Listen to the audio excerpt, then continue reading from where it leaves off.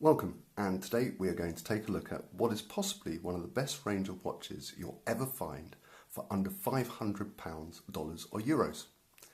These specific watches are powered by the Russian Poljot 3133 movement. Now, back in 1929, Joseph Stalin was looking to manufacture watches for his military personnel. And conveniently for Stalin, a Brooklyn-based clock company and a year later an Ohio-based watch company went out of business, and Stalin acquired their machining tools, in so doing setting up the first Moscow or Soviet watch factory in 1930. Skipping forward a few years during the war, in 1941 the factory was evacuated as the German forces moved in.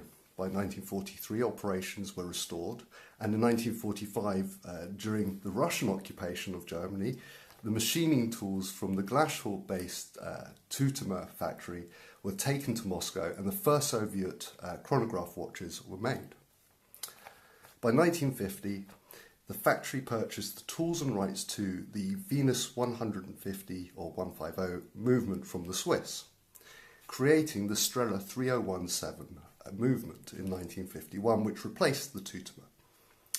Between the 1950s and 70s, many of the first Moscow watch factory brands have become world-renowned, thanks to the likes of Yuri Gagarin, the first man in space, who on the 12th of April 1961 wore one of the factory's Dramansky or Navigator watches during his mission.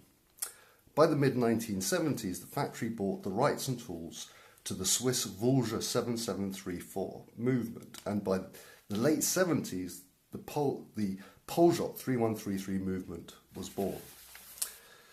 The factory continued producing a variety of watches such as Buran, Strela, Stramansky, Akia, Basilica. They even actually sold watches here in the UK under the name Seconda. All of them all using that same 3133 movement up until the company's demise in late 2003. In 2004, the company was sold off in two parts. The 3133 machining tools were purchased by a company called Mactime, who were predominantly made up of Poljot factory workers, and the remainder or leftover bits of the factory, the brands, the names and so forth, was sold to the Russian watchmaker Alexander Shorokov, who also actually introduced a number of different brands and tried to sort of push the company further. But unfortunately, extremely sad news came in late 2014 when Mactime ceased trading. The Poljot 313 the machinery and tools weren't sold off, but were disassembled and sold separately, never to be produced again. So very sad news. However, though operations came to a grinding halt in 2014, there are actually a few hundred, maybe even 1,000 brand new unworn 3133 movement watches available on the internet. Though these are now fast becoming extremely rare and prices have subsequently increased, they are still by far one of the most affordable quality mechanical watches you will ever find.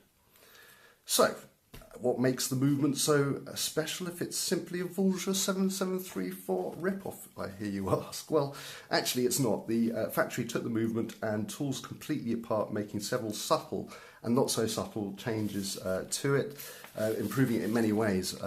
In fact, if you sit both movements down side by side, you'll see massive amounts of difference. Other than the most obvious being the most obvious difference being the thickness, the 3133 is actually roughly 1.5 millimeters thicker than its predecessor. The number of jewels are also different as well. So the original 7734 is a 17 jewel movement. It operates at an 18,000 beat per hour, whereas the 3133 is a 23 jewel operating watch at 21,600 beats per hour.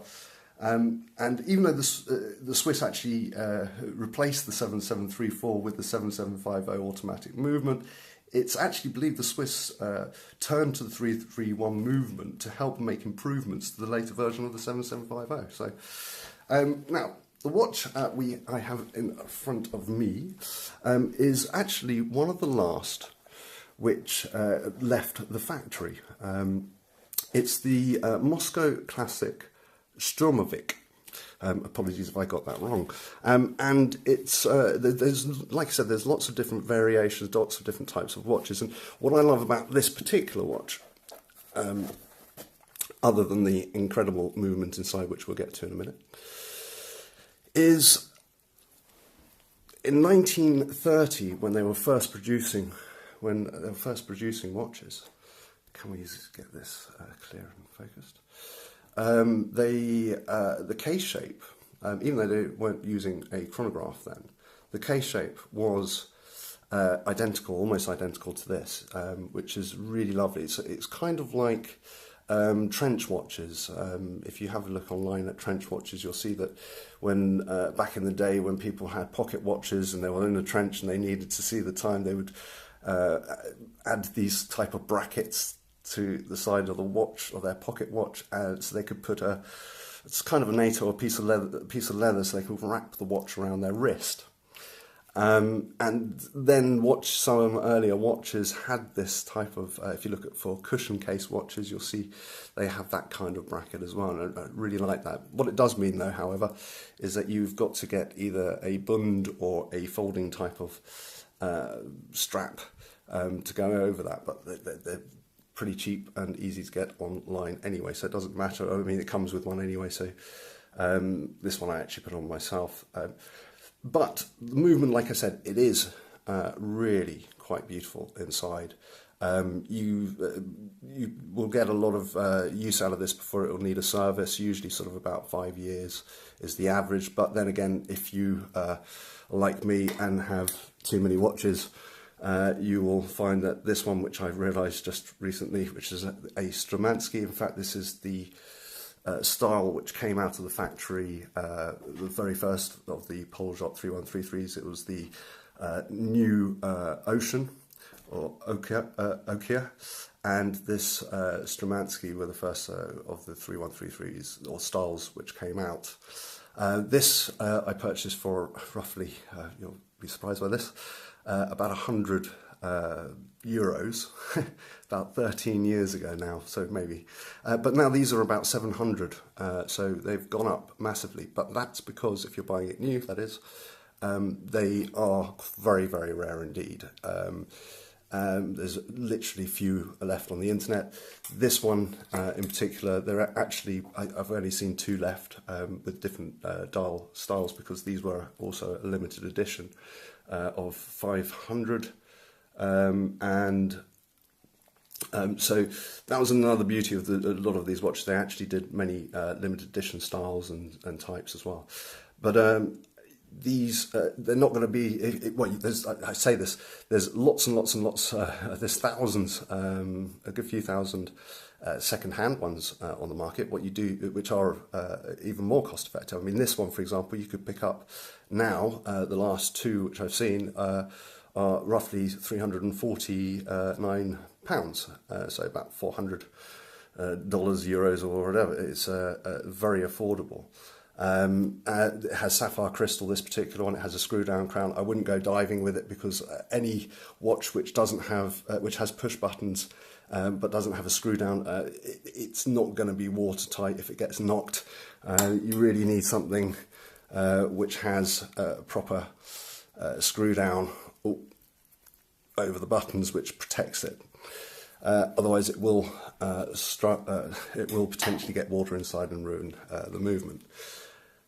So yes, do have a look. These are fantastic watches. They're like I said, going back to the older watches. If you do go for an older watch, be aware that it may need a service. It may seem cheaper initially, but you may end up spending the same price. However, as an investment purpose, if it does go up and up and up, the older watches, obviously the vintage watches, will become more desirable and potentially more valuable. Obviously, you can't sort of judge that necessarily. Things can go other ways within the watch market, but they do have not just their own unique type of watches.